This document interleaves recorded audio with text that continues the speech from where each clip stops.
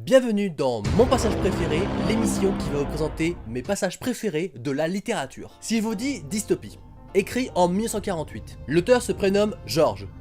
Je suis... Oui, vous l'aurez compris, on va parler de 1984, écrit par George Orwell. Et mon passage préféré de 1984 se situe précisément à la fin de l'œuvre, dont je ne vais pas passer par quatre chemins, je vais vous spoiler. Alors si vous n'avez pas lu l'œuvre, eh ben feuillez très loin, c'est bon? À la fin de l'œuvre de George Orwell, Winston a été capturé et lobotomisé par la police de la pensée.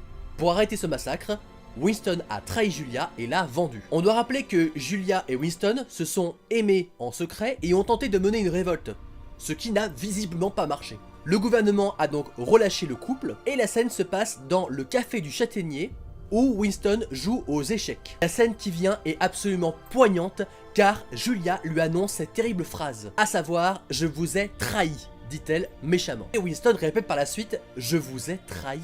Les deux personnages se sont donc vendus malgré tout l'amour qu'ils se portaient. Magistrat, je vous dis. Et pourquoi ça? Parce que Winston n'a pas gagné.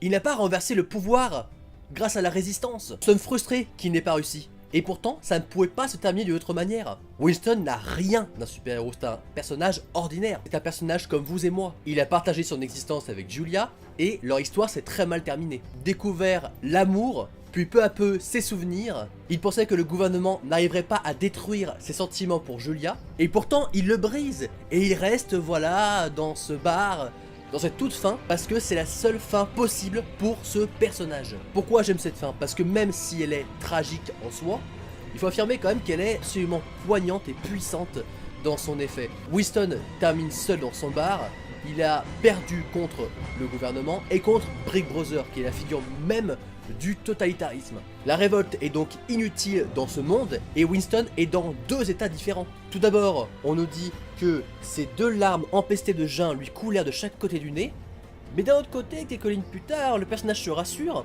en se disant que finalement c'est la seule fin possible pour lui. On sent finalement une extrême cohérence et une tristesse énorme chez ce personnage.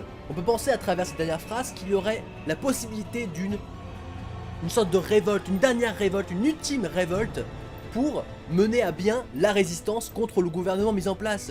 Or, il n'en est rien, et c'est ça, la puissance de 1984. C'est de vous emporter dans un tourbillon d'émotions, de vous faire croire à la résistance n'est pas possible dans ce monde, parce que c'est la réalité. La réalité des choses empêche la révolte.